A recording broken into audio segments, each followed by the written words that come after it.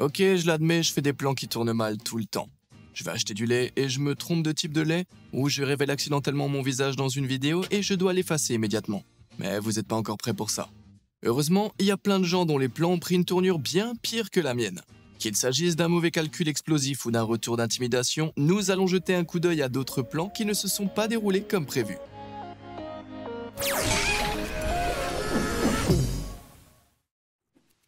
Fiasco du lifting. Au cours de la dernière décennie, la Corée du Sud est devenue une plaque tournante de la chirurgie esthétique professionnelle et bon marché.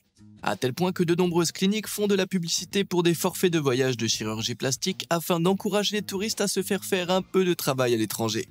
Mais en 2017, il est apparu que ces forfaits de voyage s'accompagnaient de quelques accros. 3 touristes chinois s'étaient envolés pour la capitale Séoul, s'étaient fait faire quelques liftings, puis avaient repris le chemin de l'aéroport pour rentrer en Chine. Seulement, leur visage avait été si radicalement modifié et lourdement bandé qu'ils ne ressemblaient en rien à leur photo d'identité. Incapables de confirmer leur identité, les 3 femmes n'ont pas été autorisées à monter à bord de leur avion et ont été détenues pour interrogatoire par les autorités aéroportuaires. Je ne suis pas surpris, je ne pense même pas que leur propre mère les aurait reconnues. Pour la chance. As-tu déjà jeté une pièce de monnaie dans un plan d'eau pour avoir de la chance? Comme jeter un penny dans un petit puits à souhait ou une pièce de 25 cents dans une fontaine. C'est un geste qui provient d'anciennes traditions du monde entier où les gens payaient symboliquement pour prier leur Dieu. Mais parfois la réponse à une prière est un non catégorique, comme l'a découvert cette dame à gauche.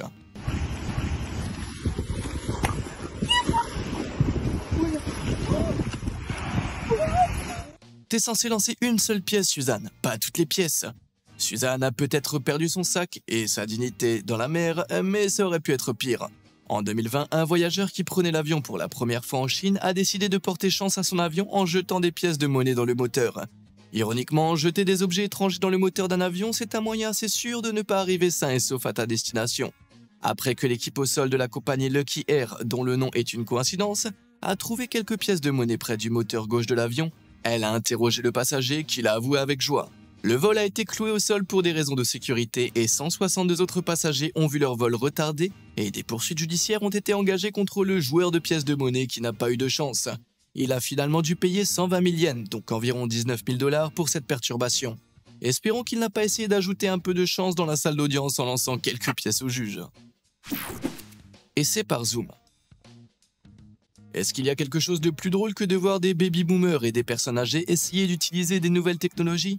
Le logiciel de visioconférence Zoom est toujours un bon exemple parce que la caméra finit généralement par être pointée dans une direction bizarre et qu'il est presque impossible de les aider à comprendre les réglages du micro. Mais en 2020, lorsque la pandémie a frappé et que Zoom était le seul moyen pour de nombreuses personnes de continuer à travailler, un moment fort pour les baby-boomers s'est produit. Au cours d'une affaire de confiscation civile, l'avocat Rod Ponton avait prévu de comparaître devant un juge du 394e Judicial District Court au Texas sur Zoom. Mais lorsqu'il s'est connecté, il y avait quelque chose d'un peu non professionnel dans son apparence. You have a filter turned on in the video settings. You might want to take a look. Can you hear me, Judge? I can hear you. I think it's a filter.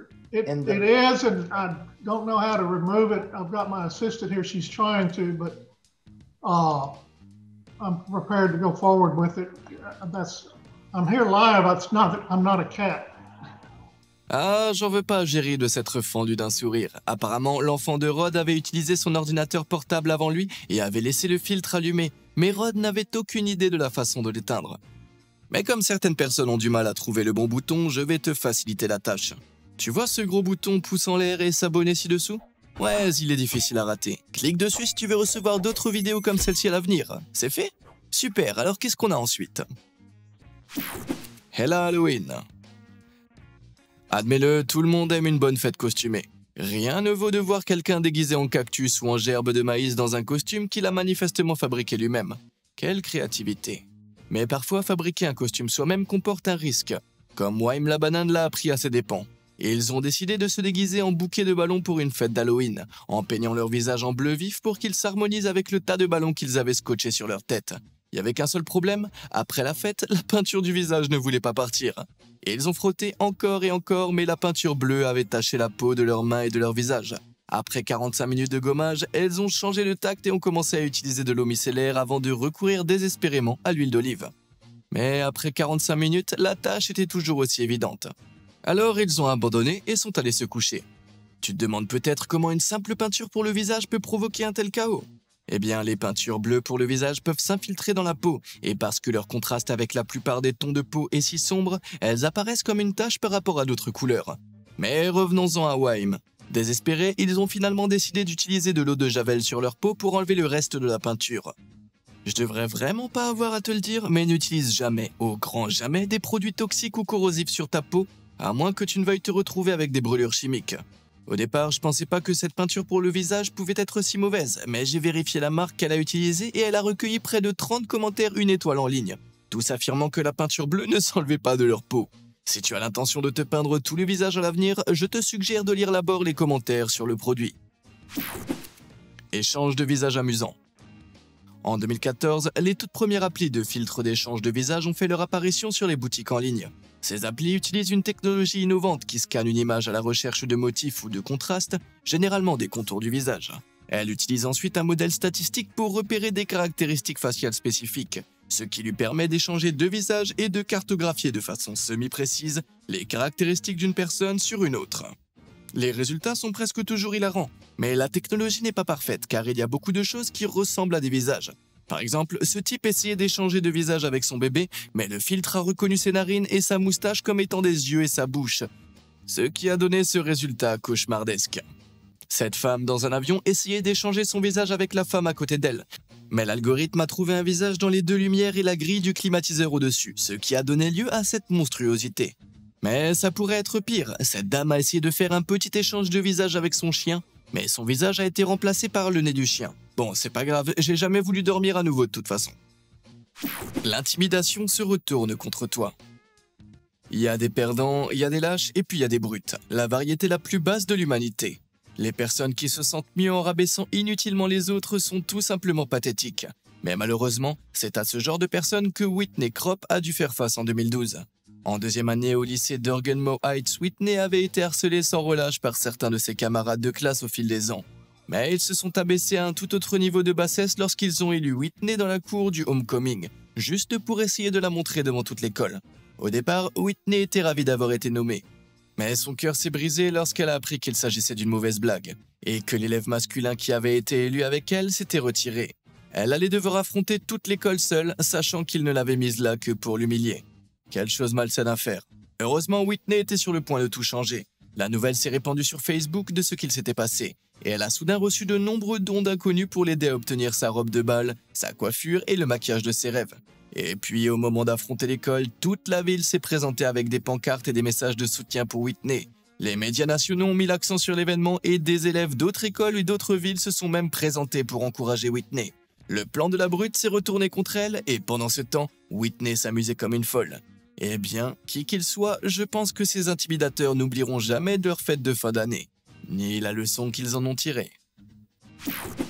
Impasse.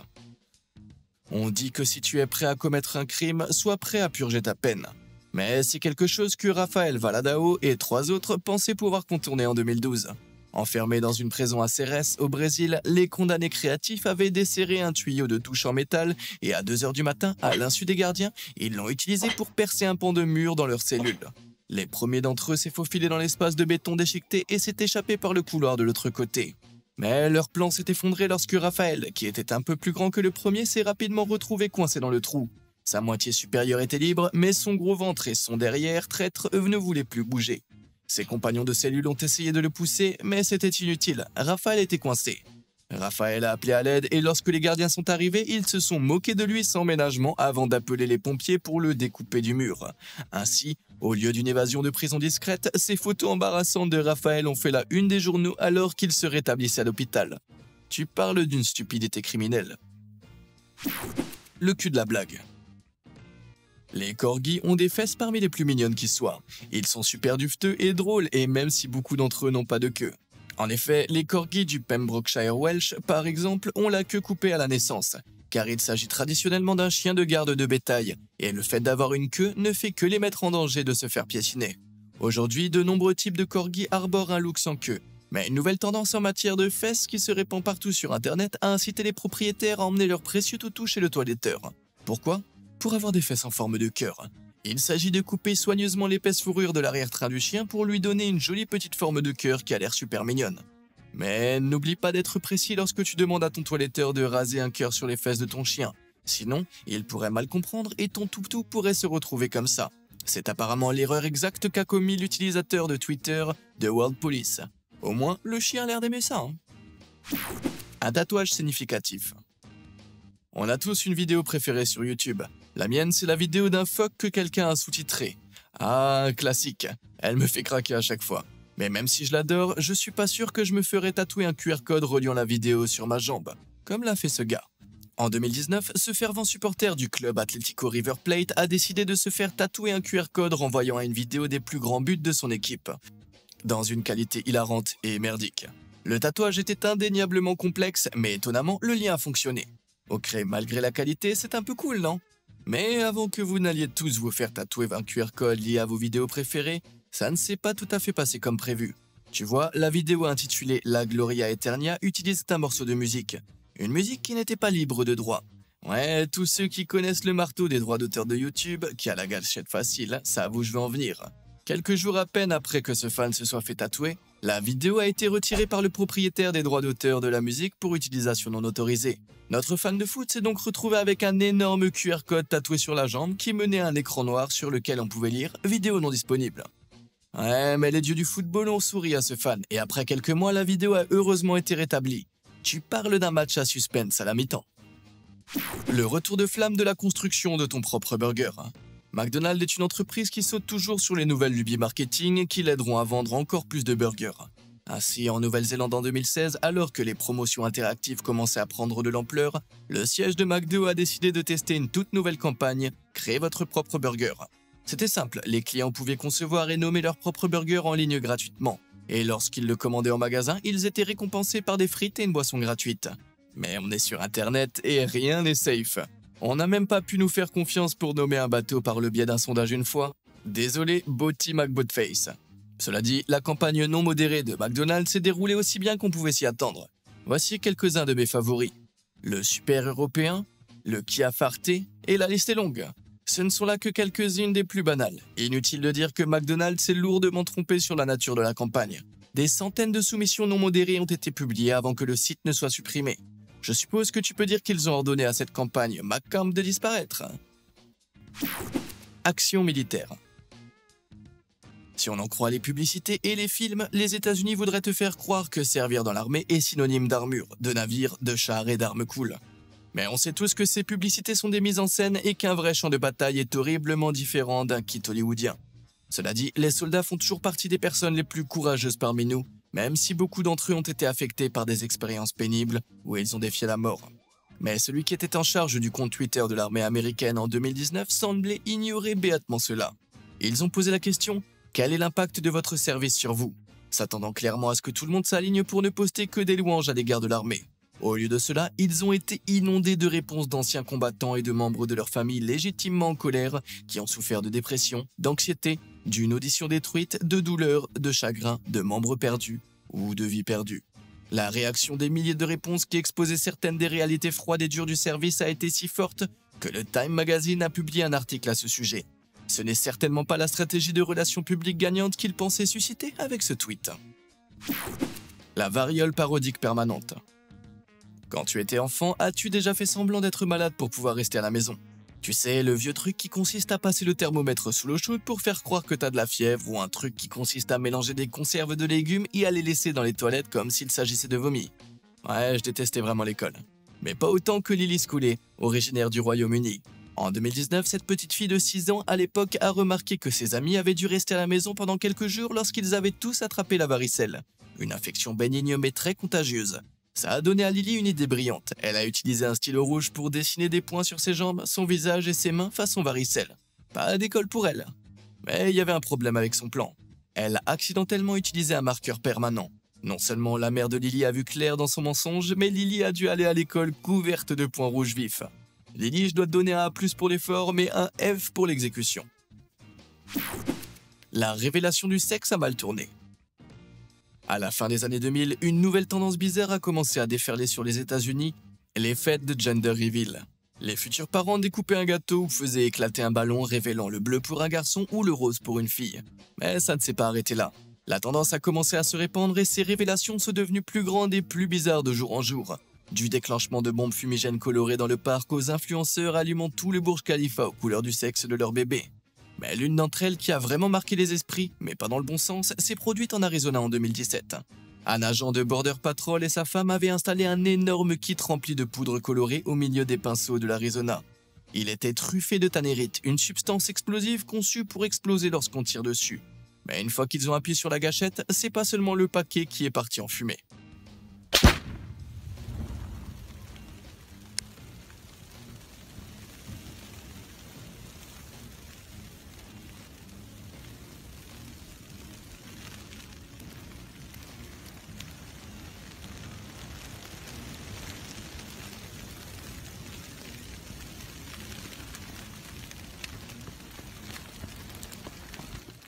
Ouais, tu vois ce feu? Ils l'ont pas éteint. C'est finalement devenu le Sawmill Fire, un incendie de forêt mortel qui a brûlé plus de 47 000 acres de terrain, causant plus de 8,2 millions de dollars de dégâts. Ce pyromane en herbe a été contraint de rembourser 220 000 dollars de dédommagement après avoir plaidé coupable d'avoir déclenché l'incendie quelques mois plus tard. Tout ça pour apprendre qu'ils allaient avoir un garçon. Ça vaut vraiment pas la peine, non? Fais le grand écart. Les mariages peuvent être parmi les meilleures fêtes au monde. Tu te mets sur ton 31, tu témoignes du pouvoir de l'amour et tu bois le bar gratuit à sec et tu te souviens de la journée avec des photos hilarantes. Plus c'est fou, mieux c'est, non? Eh bien, pas toujours.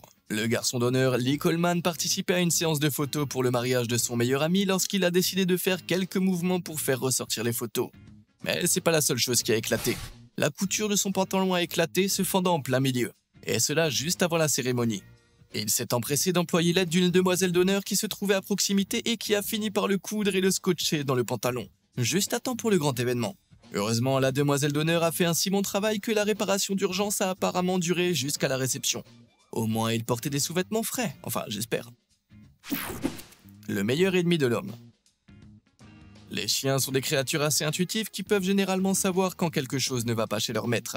Il y a eu des histoires de chiens qui ont alerté d'autres personnes que leur propriétaire était inconscient, et d'autres qui ont même sauté sur la poitrine de leur propriétaire, leur donnant une forme de massage cardiaque qui les a sauvés d'une crise. Mais tous les chiens ne sont pas des héros. En fait, certains sont des méchants, comme l'a découvert Hailey Deacon lorsqu'elle a filmé la réaction de son chien Duncan lorsqu'elle a fait semblant de s'étouffer.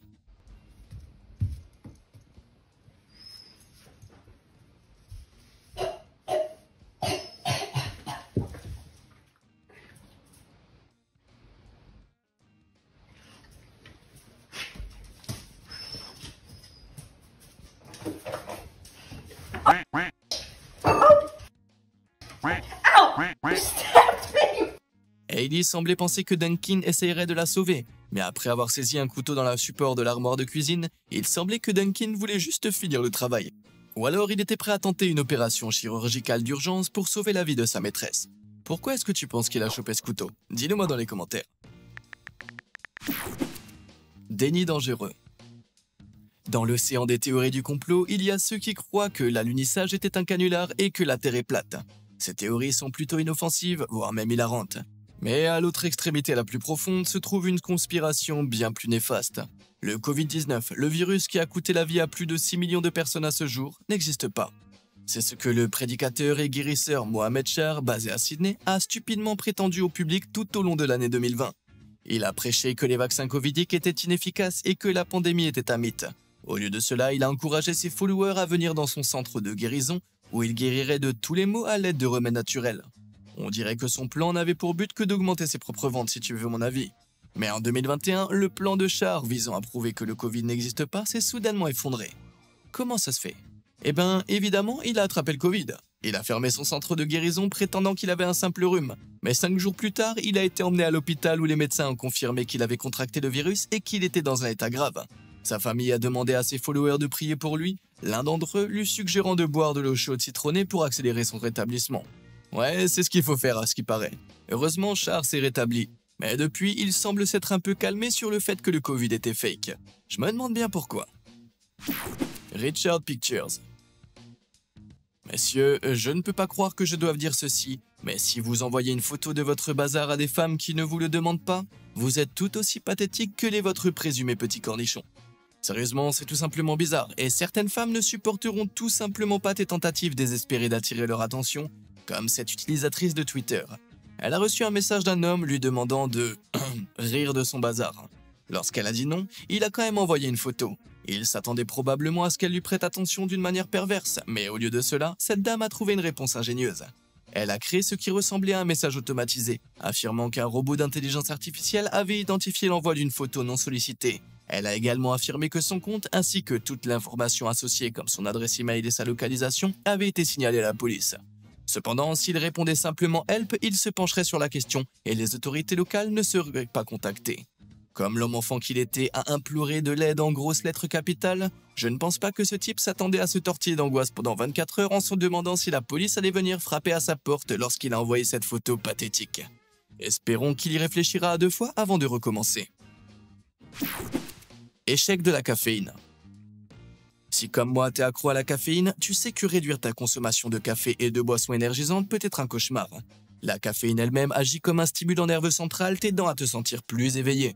Cependant, si tu en consommes trop, tu peux te sentir léthargique. Ainsi, lorsqu'un utilisateur de Reddit et amateur de café a décidé de se mettre dans le meilleur état d'esprit possible pour son grand examen de droit à venir, il a choisi d'arrêter complètement le café. Pendant 1 mois entier, ils ont étudié dur et n'ont pas touché au café. Puis juste avant le grand examen, ils ont avalé une tasse du délicieux café brun du matin. Ils pensaient que cela leur donnerait un coup de pouce dont ils avaient besoin pour se sentir plus éveillés pendant l'examen. Un raisonnement plutôt intelligent. Mais c'est pas du tout ce qui s'est passé. Tu vois, la caféine n'est pas seulement un stimulant, c'est un laxatif. Ça signifie qu'en plus d'être stimulé, ce pauvre étudiant a eu le droit de se précipiter aux toilettes et a passé 30 minutes de son précieux temps d'examen à lutter contre une diarrhée explosive. Ouais, mauvaise décision, on peut dire ça. Selon toi, lequel de ces plans s'est soldé par l'échec le plus drôle? Et est-ce que t'as déjà eu un plan qui s'est retourné contre toi aussi gravement? Dis-le moi dans les commentaires ci-dessous.